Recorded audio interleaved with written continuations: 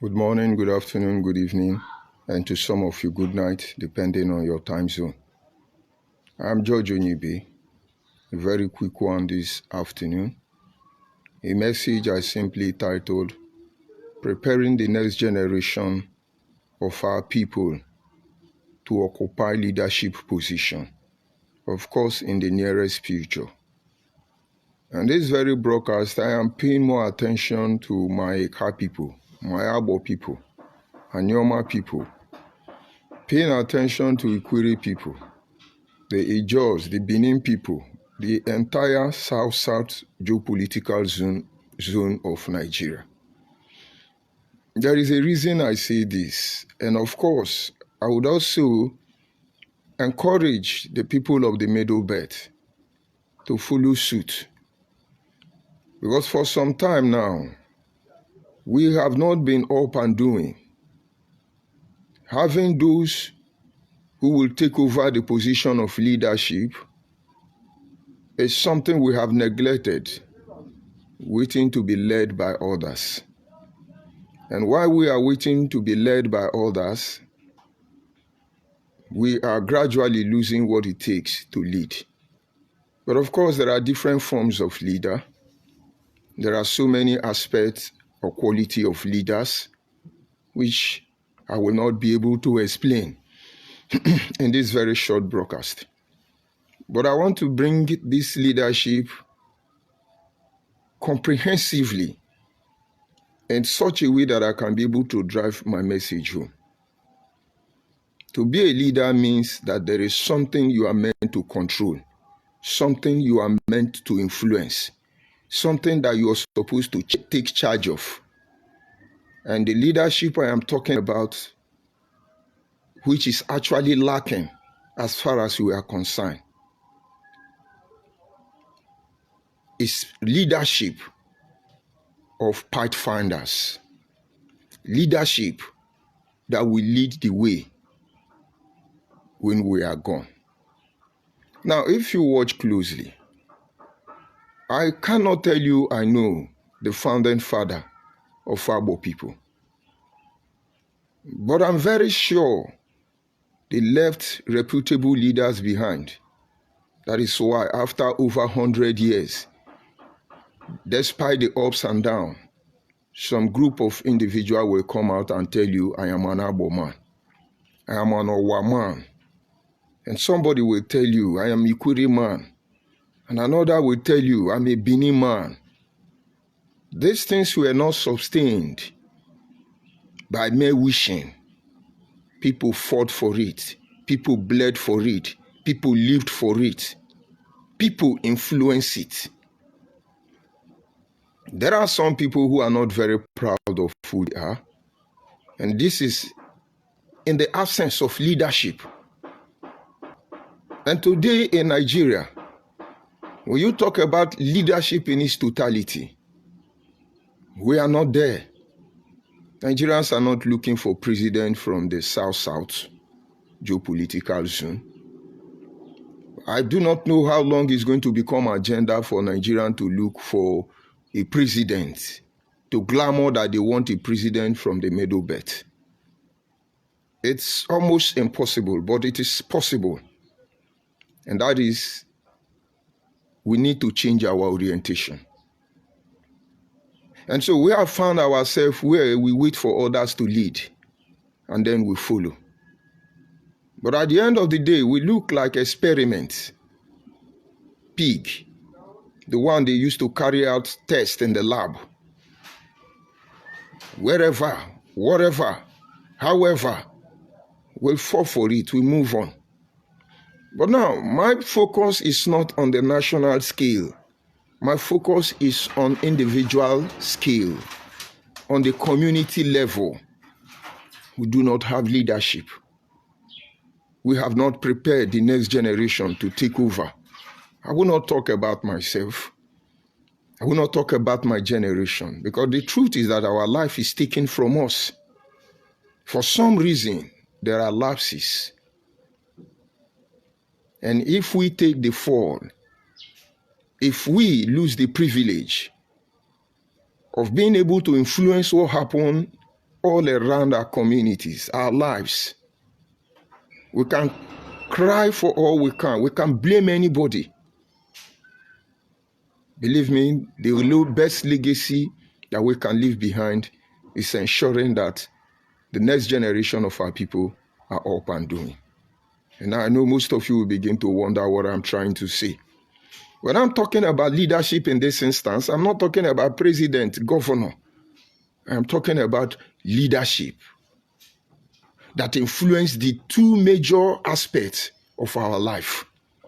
The only two things the government of the day of any country around the world has to offer to their people: security of life, and then security of property.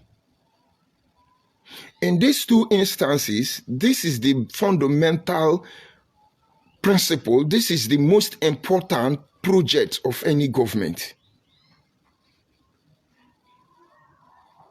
And it is not supposed to be on the national scale. It's also supposed to have security of life and property in your family, in your community, and of course in our nation. But who will take the lead to ensure that there is food security? Who is to take the lead to ensure that there is security of life and property? Before we start talking about security of our heritage, security of our culture and tradition. You do not know we need leaders to help us mend this post? This very discussion may take us a very long time. But let us start discussing the security of food, the security of properties. And then we can talk about security of life. It's all encompassing, but let's take them one after the other. Preparing a leader, it's not the certificate. It's not the way, the normal way, by election. No. Preparing a leader in this instance, because all of us are leaders, directly or indirectly. Those of us who are married, your pattern of leadership is influenced by the kind of family you have. And some of us, the kind of family we have built is influenced by the family we are coming from. And of course, some of us may have come from a very family I dare not call name. But we made the best out of it. Our family may not be that very glorious one, but we change our destiny. Because we were leaders, or we are leaders who understand every aspect of leadership. And now, the next generation of our people don't understand what we are talking about. Let me break it down. The Bible says that a man that cannot provide for his family is worse than infidel. In our discussion on TikTok Live this morning, I was trying to encourage Anyoma people, SOUTHSOUTH region, geopolitical zone, that we have neglected our youth. We have neglected our people. And now, what do you have?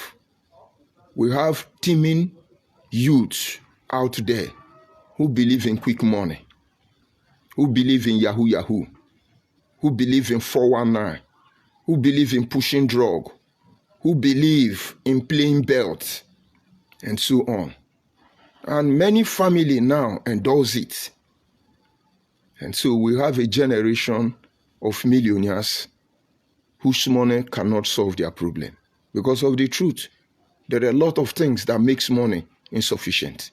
And I'm not telling you money is useless. It may be the root of all evil. But the Bible actually says that money is a defense. Money answereth all things. And in a Nigerian traditional way, they say money stop nonsense. And you see, in my Igbo dialect, they will tell you, You make money because of insult. But then the other side of it is what truly gives birth to the leadership that I want to discuss with you this afternoon. Leadership with value. Leadership that has the capacity to create a self-sustaining energy. Leadership that is not after money. Leadership that is greedy. These people will have no dignity. They will have no honor. Everything our fathers has labored for, they will destroy it in a single day. Just take Nigerian politics. Everybody wants to be a leader in Nigeria. But what are they targeting? To steal the money. Nothing more.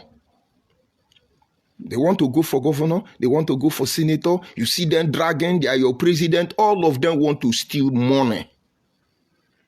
But I believe one day, when we begin to train up true leaders who will challenge them by integrity, sincerity, and honesty, going there to steal money, they will become ashamed. We all have contributed to it. When somebody becomes a leader and he served 4 years or 8 years, as the case may be, and then come back without achieving anything, we kind of despise them. We look down on them. But we cannot be talking about them when we are not making effort to re-educate the next generation of our people. It is time we have to unlearn. And the leadership I am talking about today is that we, the people of the South-South region of Nigeria, need to begin to take a bold step to encourage our youth to go back to farming, to go back to learn handwork, to go back and engage themselves in useful vocation. Let me take farming as a case study today. As a child, my parents, every holiday, would take us to the village. The purpose of doing that was so that we know our village, since we are not in the village. And then early morning, all of us will march to the farm. And when we get to the farm, I love the food we eat in the farm. Because in those days, we used to build huts in the farm. We call it ubokolo, ukolu, or ulubi. We build it in the farm. We eat fresh food, fresh meat. My dear, I'm still feeling the taste of that meal.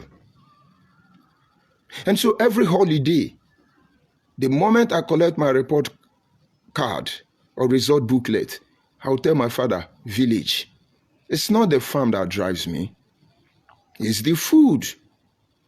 But to my father, he need me to know how to farm. And believe me, I learned. Believe me, it has helped me greatly. I still farm. I don't depend on one job to survive. I still farm. I have farms of cassava, farms of yam. I still farm. I have handwork. That did not stop me from going to school. That was part of building me, making me ready for what is to come tomorrow. Let's look at school in the first instance. In those days, our fathers who were the leader before us, when you come out of primary school, depending on your level of maturity, but you cannot leave secondary school before moving into tertiary institutions. They will call you, my son, you have finished primary school. Or my son, now that you have rounded up with the secondary school, do you still want to further, or you want to go and learn handwork? I remember some of my brother even voluntarily told my parents, Daddy, I know fit study. I want to learn handwork. And so they learn mechanic. Some learn panebita. Some learn carpentry. They have handwork. And those of you in diaspora today who have handwork, You will know you're not struggling to have a job. Your handwork is more important than your certificate. You should know this.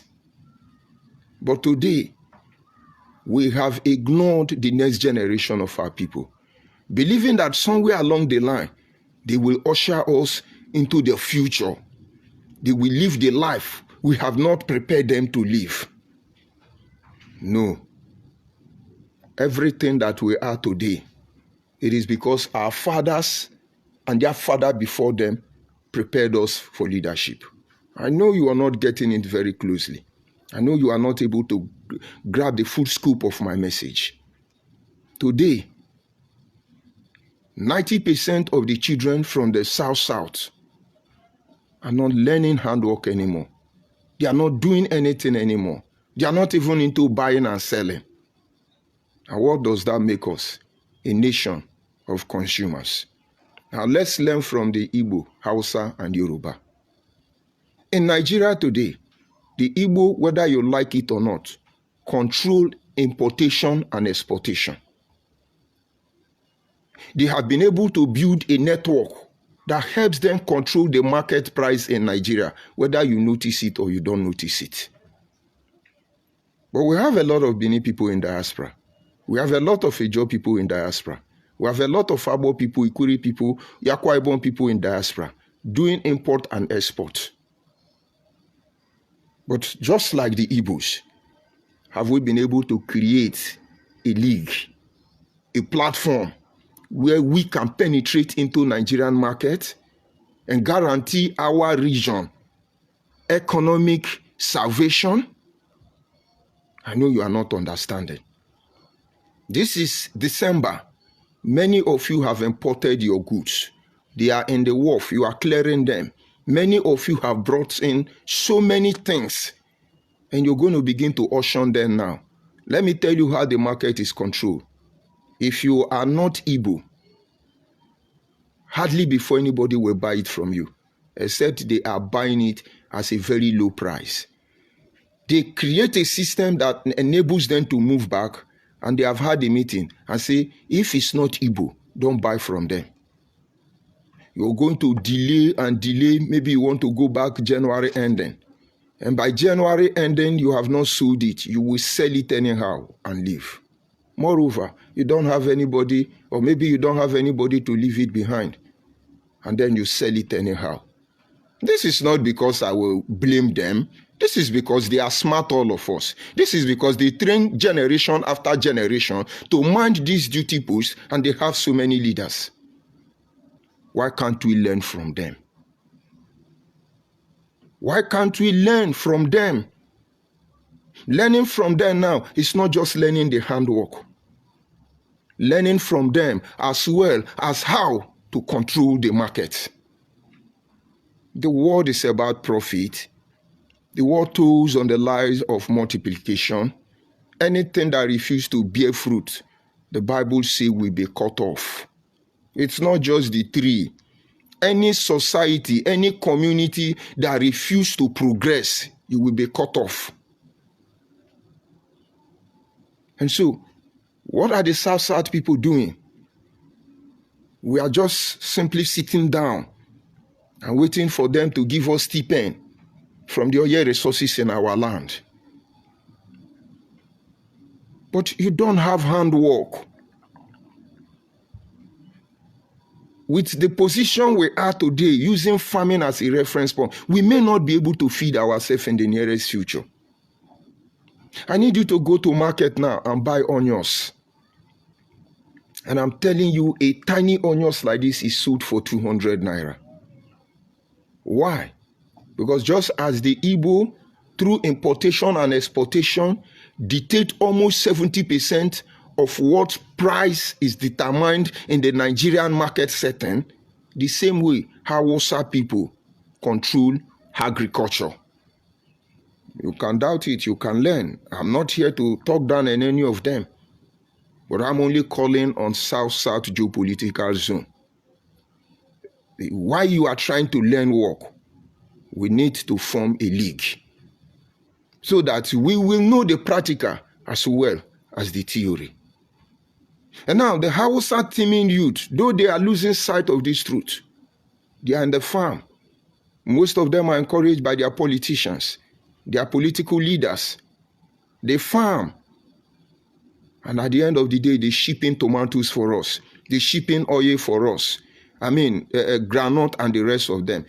Agusa now, because of transportation, has exuberantly and for so many reasons increased the price of food commodities that they supply. Are you going to blame them?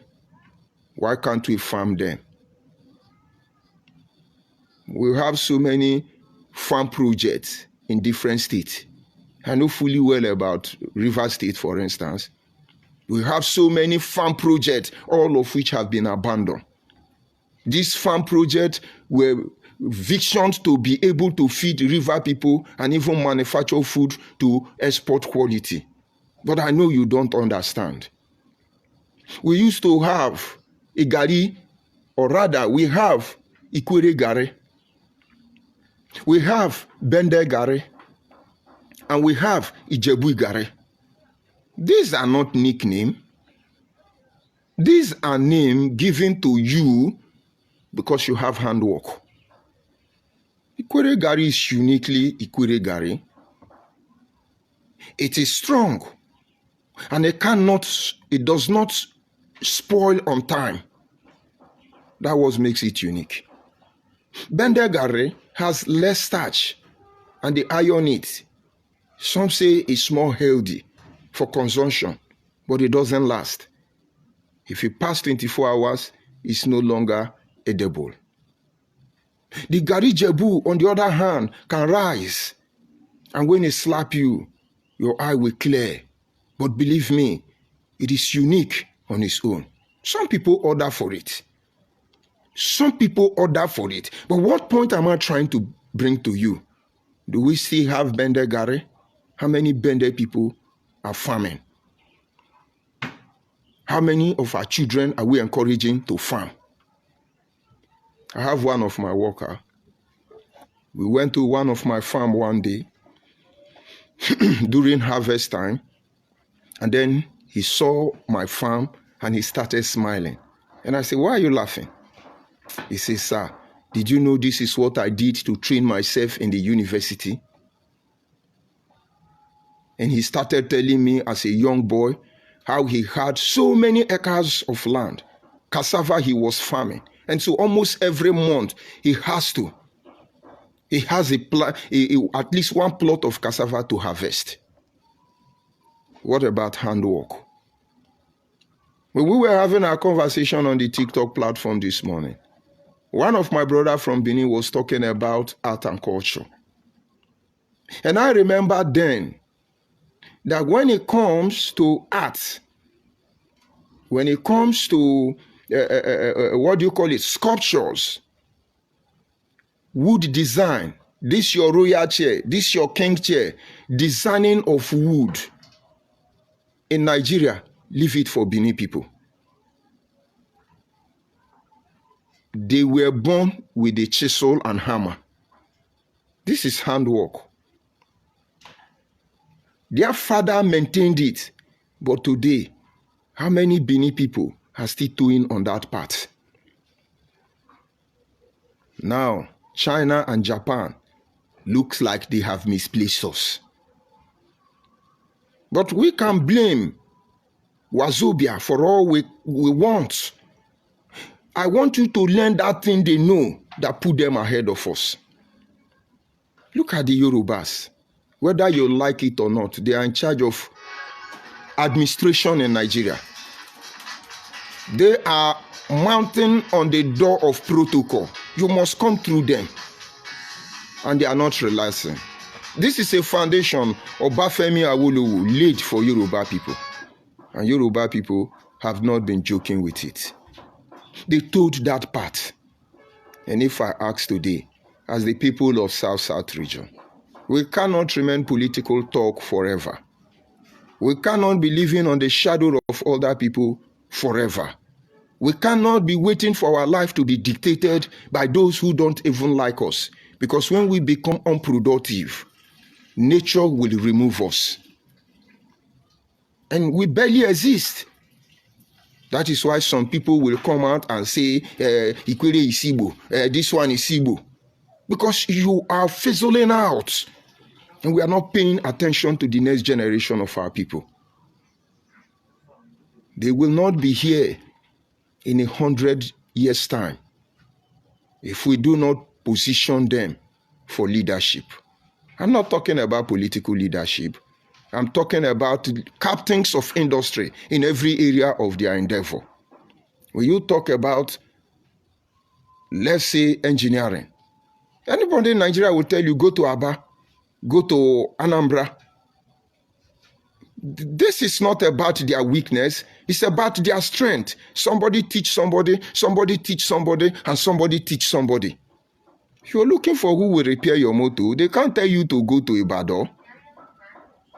But certainly they can refer you to Lagos. And that is not because it can be attributed to a single tribe. That is because it's another center of gravity for Nigeria.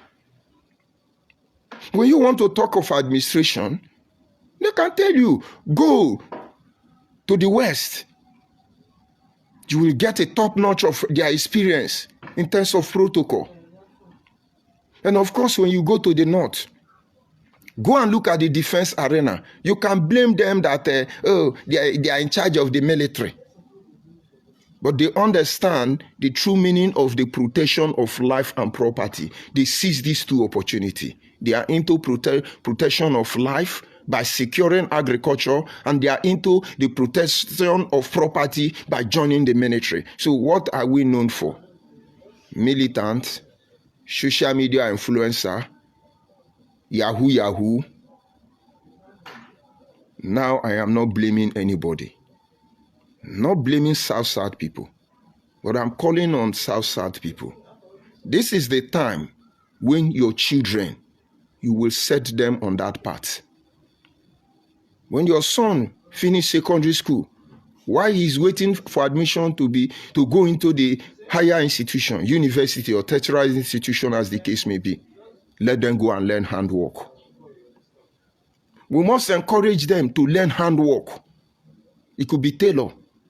It could be anything. You have no idea how many handwork I have. And it is applicable to all my children. We must begin to teach them handwork. But of course, we must destroy the mentality of mocking them. Imagine I am a block molder. And you will see somebody saying Oguaja, mocking me.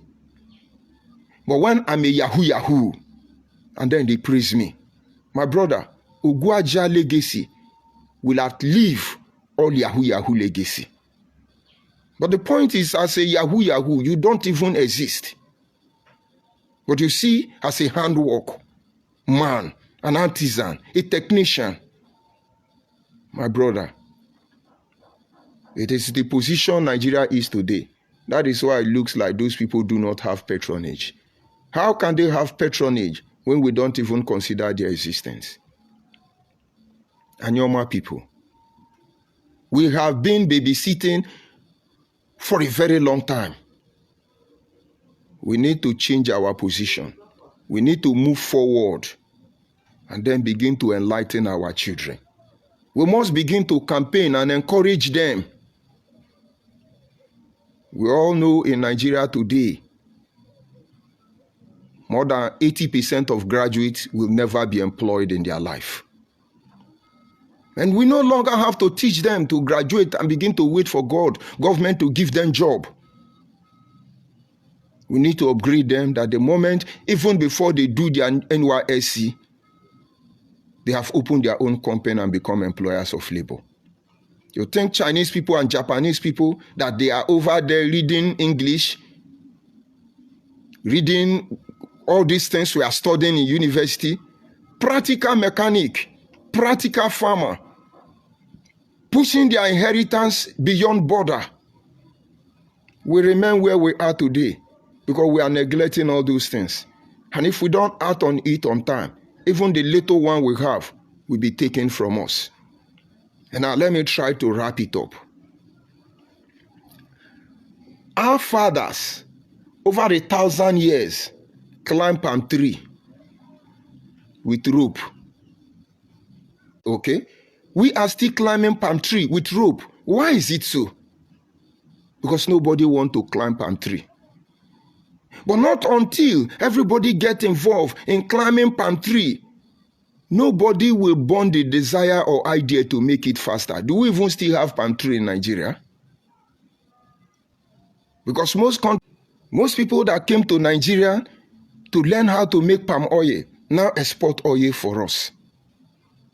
But South people, you have the land, you have the population, you have the education capacity, you have what it takes, with or without the government, to re-educate the next generation of our people. We cannot all end up as nuisance on social media, while other people somehow control our economic space. If we do not have people doing this thing, every union you form to checkmate or control this area of your life cannot stand. Yes. So we may be able to pretend to control what we are doing. But believe me, if we do not have the people that will mend that post, everything we are doing will come to nothing. And your people, look at your community. You know, we are so many. South region, hundreds of ethnic groups. If we don't become productive in our own way, we will not be here anymore. Just take a look at the people claiming to be Anyoma and then confessing that they are Igbo. They don't have future. Just look at it, just little money. Because they don't know how to make money. They don't know the value of money. They don't know the role that money play. And somebody say God made man. Man made money. And what did money do to man? Let's leave it at that. And so we must get to the level where we will encourage our people. We tell them, go and learn a trade. Go and learn handwork. Where are the vulcanizers? Where are the mechanics? Where are the panebitas? Where are the carpenters? The furniture makers? Is it not possible to learn them and still go to school? And then by the time we become useless in our own land, we will only be replaced. We are just useless on our own. Check the way people talk to you. This is because in most cases, we have to rely on all of them. This is the time we begin to rebuild our community, security of life and property. And now, the challenges we need to watch out for, like those who are doing farm. No market to control the price. When you go to farm now, there are people waiting for you to control the price. And many of us has run away instead of to do this war once and for all. We ran away. And so the few ones that are doing the farm job will go and do the farm, and by the time they come out, the people who have gone ahead of us, who have league, will be waiting for them. They decide how much they sell and how much they buy. They control the market already. We must be ready to look at this issue.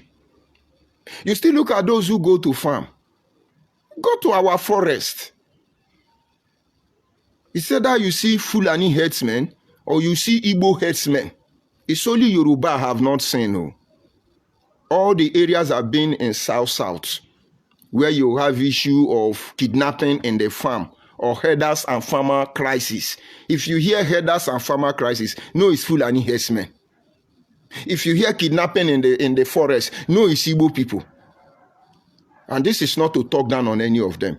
Because the last police report from Delta State, all the kidnappers they caught through the POS of transferring money, almost all of them are Igbo people. And then I begin to ask question, how manage will Hausa kidnap us and transfer the money to Igbo man? But they are not my concern now. Because once you talk about the progress of South-South, it pains them. It puts them on their heels. I don't know why. Look at the post I made before now, when I made this call. You will see them insulting me. Why did you say South-South? What is South-South? You should have said North. But we are not listening to their insult. I love it personally. But the same people are the one that call us South-South. When keep them in here. And so we can't go to farm. And we are waiting for federal government. Come and save us. Come and save us in our own land. Brother, we are becoming too lazy. Too lazy for my liking. But this is not what one person can overcome. All of us must work together. There is a difference between knowing the path and walking the path. We already know the path. We've not walked that path. And now it's time to embark on that journey.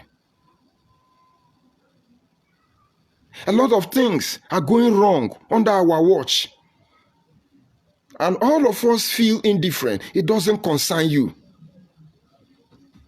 By the time it will concern us, we may not be here. And these children will not be able to find their way back home. To wrap it up, in the access of learning this thing, we are losing the one we have already. Let me digress somehow and then bring the broadcast to an end. If you notice recently, they are celebrating New Yam Festival everywhere. New Yam Festival. Some area of South call it Igwe Festival. Some call it Iriji, and so on and so forth. But the celebration of New Yam Festival was not a fetish celebration until it was demonized. But there are a lot of things we should have learned about it. But because we are running away, we lost all this technology. We lost all this knowledge. We lost all this wisdom, which took our fathers time to discover. The same way we are losing so many of our heritage.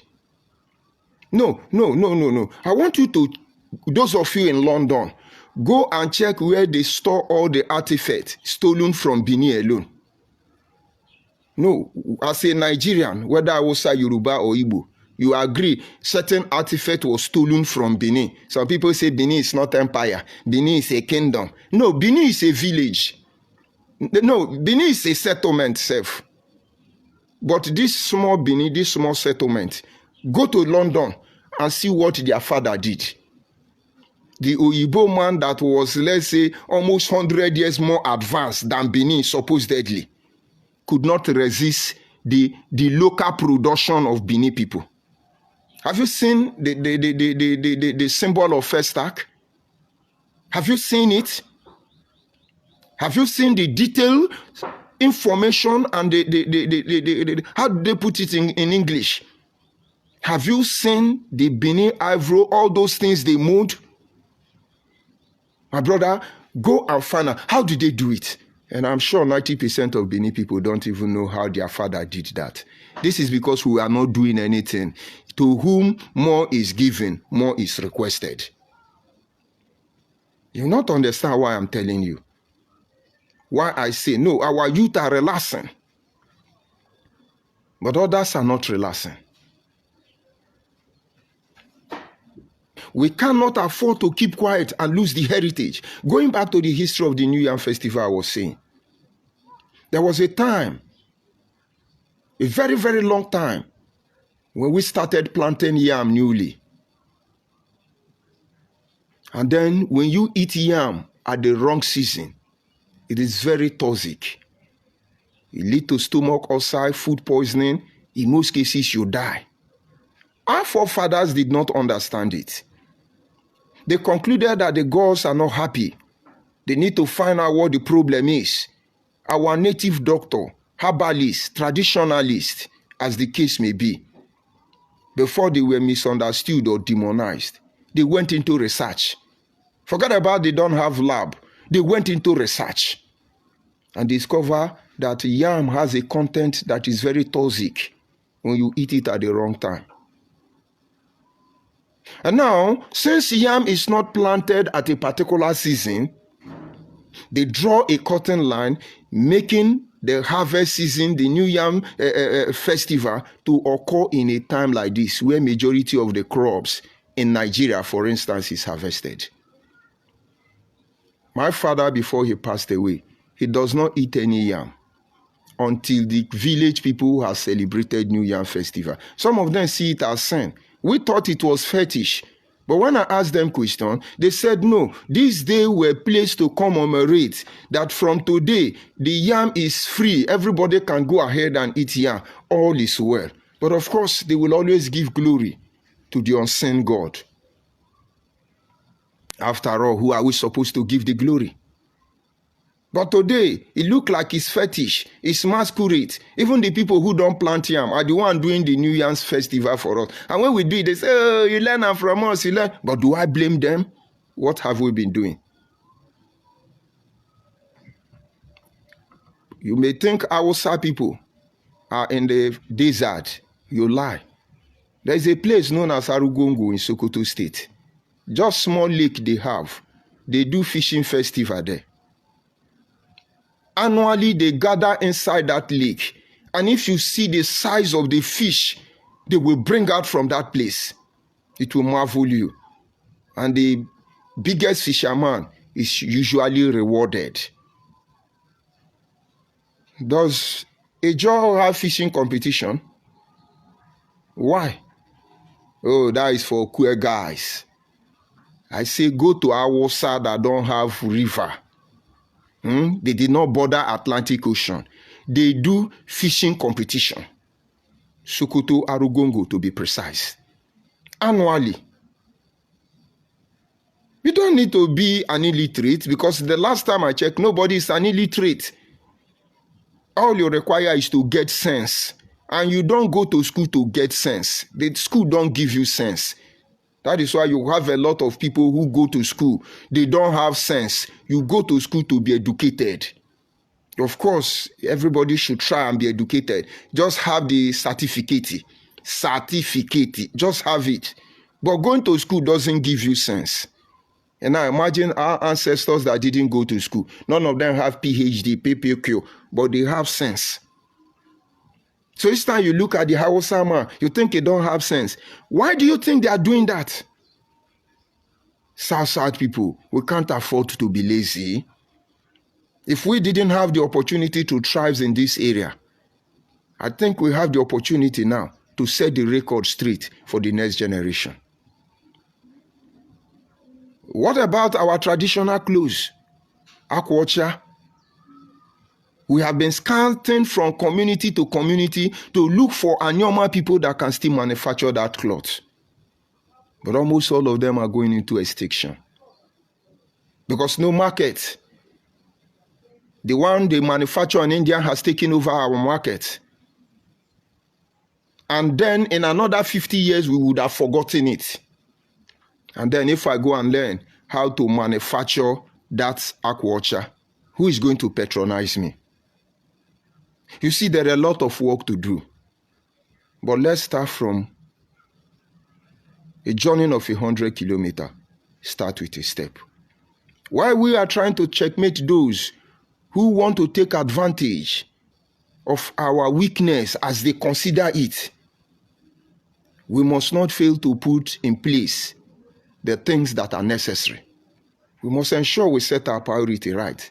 These are deep words that I dare not utter most of them. But when we are done, when we become visible, our life will not remain the same again. This is not about who is the president of Nigeria now. This is not about who will be the Senate president. This is not about who is the lion's share owner of Nigeria. This is about equipping your children. Look at the Indians. When the Indians went through their challenging moment, there was something known as division of labor. They assigned so family. They say, okay, Tata family, take care of technology.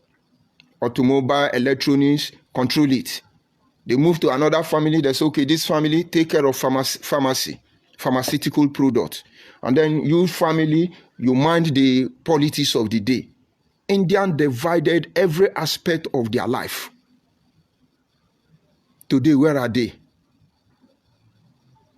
Where is India today? They have not come out to say that they are world power. But believe me, no country will rise up against them without having a second thought. Because what they will get from India, India don't make noise. But this internet, go and check CEO of almost every internet and all this stuff. They will shut the world down in 24 hours. But they are not making noise because it's not necessary. Go and look at China and Japan. They didn't send their children all the year to go and graduate from one. Do China people even have university? Because it is the practical that matters. Where are our practical school? And if government did not give us practical school, because our practical school now look like talent display school, entertainment school, because nothing practical inside the practical. But like I said, in the absence of the government, we can start from somewhere. We must see how we can bring our people back there. Or else, the little things we know, there are even people sponsoring their people to learn our trade, to learn our heritage. Is it not Malaysia that came to Anambra to collect, according to them, palm oil nuts? Are we not going to buy palm oil from there? My brother, the way we position the next generation is very important. We must unlearn them. That thing that they think is prevalent, we need to make them understand that there is no way there. Because they will be gone without knowing. If we are not fruitful on our own, we will be removed by nature, not even anybody. And those who would have encouraged us to do the right thing want to take advantage of us. That is why you see the Igbo Biafra agitators, we are not happy with them. They have seen this loophole. All they want to do is to exchange us. Nothing more. And it is a threat to our existence. I cannot bring this discussion to an end without being sincere to you. And that is why they wake up. They say, no, Ijo is Biafra, Bini is Biafra. And you'll be looking at them. Because they have Igbo children speaking Ijo. They have Igbo children speaking Bini. They have Igbo children speaking Abo. Now that we are not ready to stand up and do the right thing, they will replace us with these children. Can you imagine how many people claiming to be Abo? And these are Igbo Biafra people born in my village? You think they are doing it? Doing Biafra? You think you don't know the agenda they are pulling off? Do you know how many millions they spent every day to misplace you? But when you talk now, they say, oh, he hates us, he hates us. No, I will be loving them until they destroy everything that is left of us. Now, if you don't understand, after this broadcast, go and check the post before this broadcast. Go and read what I write there. Although I later re-edited it and added the insult for them. But the insult there was not part of that write-up. Just talking to Anyoma people, talking to SOUTHSOUTH people. We need to encourage our people. We need to form our own league. Or now no one make we develop other people land. Igbo develop Lagos, Igbo develop Port Harcourt, Igbo develop Abuja. Una no one make SOUTHSOUTH develop Lagos, Kwano. Make we develop Anambra. Una no want make SOUTHSOUTH develop other places. Now you begin to get the point. But nobody takes the kingdom by words. You take it by action. Now new year we dey enter. We will be pointing out to you areas where we need to be up and doing. We must redirect the next generation of our people. If we keep quiet, they will think life is normal. Life is not normal. Life is not how it's supposed to be. If you know what the Britain did to China and Japan, if you know what they did to China and Japan, you will know that they are very kind to Nigerians. But how did they recover themselves? The moment China got hold of technology, they swung into it. And today, And today, you know the rest story. And if we don't take advantage of what we inherit from our ancestors and keep quiet, my brother, others will learn it and come and sell it for us. And then who are we going to blame? Who are we going to blame? I'll go to the comment section, respond to one or two persons, and then we bring it to an end. The purpose of all these things is to make you understand that there are a lot of things that are going on already. A lot of programs for the sake of the next generation of our people. But the problem is that anytime we continue to do this thing, I don't know why Igbo Biafra people are always threatening about this progress. Anything we want to do, Igbo Biafra is always threatened. So what they want us to do is to say, okay, Igbo people, we worship you, you are the king, Dogo. Is that what they want? But we've been here before they came. Let us see what they have there. Because when we are saying, most of you don't understand. I see Ogi here. Good morning from here. I see who say greetings and happy Sunday. Same to you, my brother. That your name is in foreign language, so I can't read it. I see Samuel Okuri say watching from Germany. I greet you, Samuel. I see Steve in here. He say good day of glory.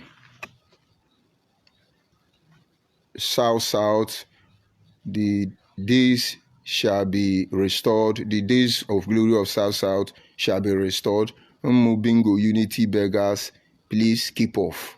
They are not supposed to be disturbing us here. Those ones that say they are Biafra. After I say you are generalizing it, they are not generalizing it. Why does it pain them? Why does it pain them? I see my sister, Adachi. I greet you from here. I greet you. I see Prince Clement. Of course, he's one of the... Let's see. Let me not judge him first of all and see the insult he has for me. He said, George Onyibe, Mama, you are not too bitter today. I love you. You see, that is why I didn't attack you. Because I know you can repent. And now that you are repent, you are my man too. The earlier you understand that it is not the hatred of anybody that drives us, the better. And you see, I can't stand intellectual dishonest people, manipulative people. I can't tolerate betrayers. Because when I give my life to something, I give it all. And when I'm not there, I back off. I will not be talking about Biafra or talking about Igbo people or talking about anybody. But they had the time to stop this thing. They refused. Uche Okafor wrote 3 different letters directing to Nnamdi Kanu and his stouts in the name of Igbo Biafra. You people leave this guy alone. It is obvious you people want to blackmail this guy. 3 different letters. I have all the copy. But I'm waiting for Nnamdi Kanu let him come out. But Igbo people didn't know. And they will come out and say, Belibe. And you, Emeka, as Igbo man, when you are supposed to be trying to change your people's mind, you are telling me I look bitter. Now, if I insult Igbo people now, I can see how happy you are. I don't hate anybody. But what they are certainly doing to us, I hate it. No, you check, Emeka, in your southeast, in your community, a stranger, when I say stranger, somebody from your, not from your community, will now come and talk to you anyhow in your community. Your own community, you don't even allow another tribe to relax. Then they will insult you in that community. If that person's life will remain the same again. But Igbo people do it to us. We don't have sense. They took some of our weak youth, insult them. I've seen them do that many times. And this is what ordinarily other tribes will not do. But it's not of any concern to other Igbo people. As far as you are the one doing it, it's normal. And he said it's bitter.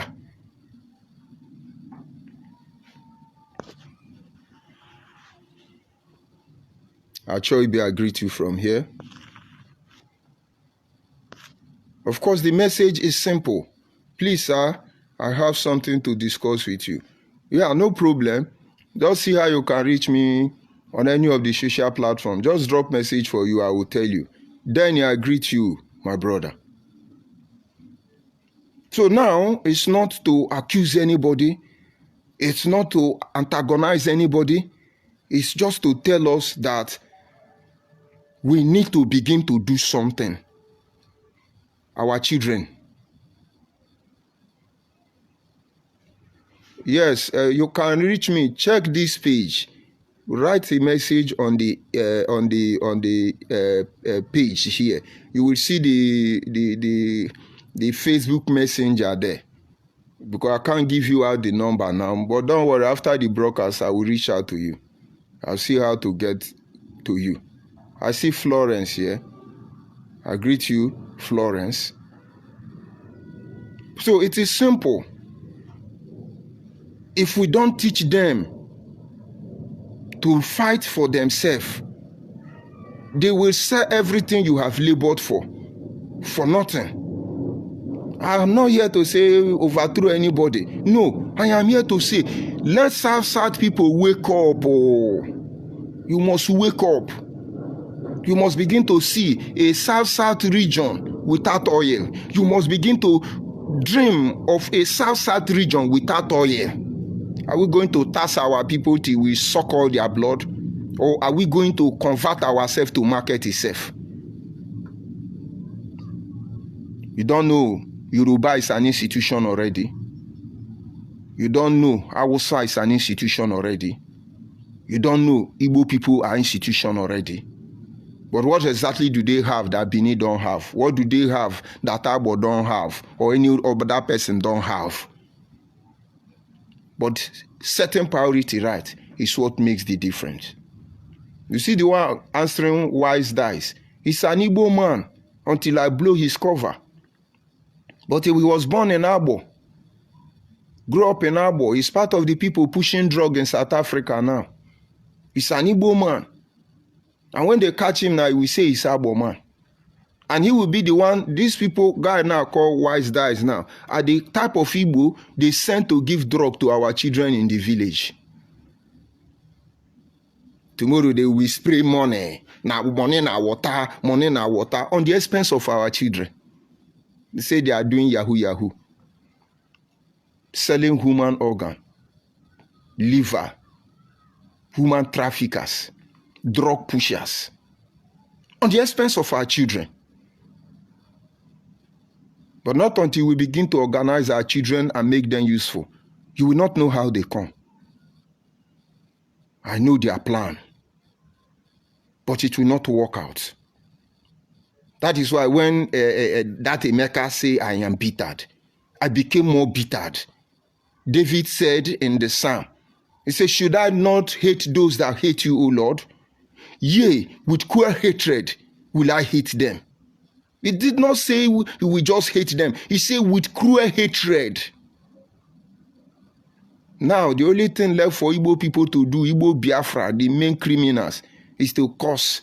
Mugu, idiot, Onyiberibe. And that is what gives me strength.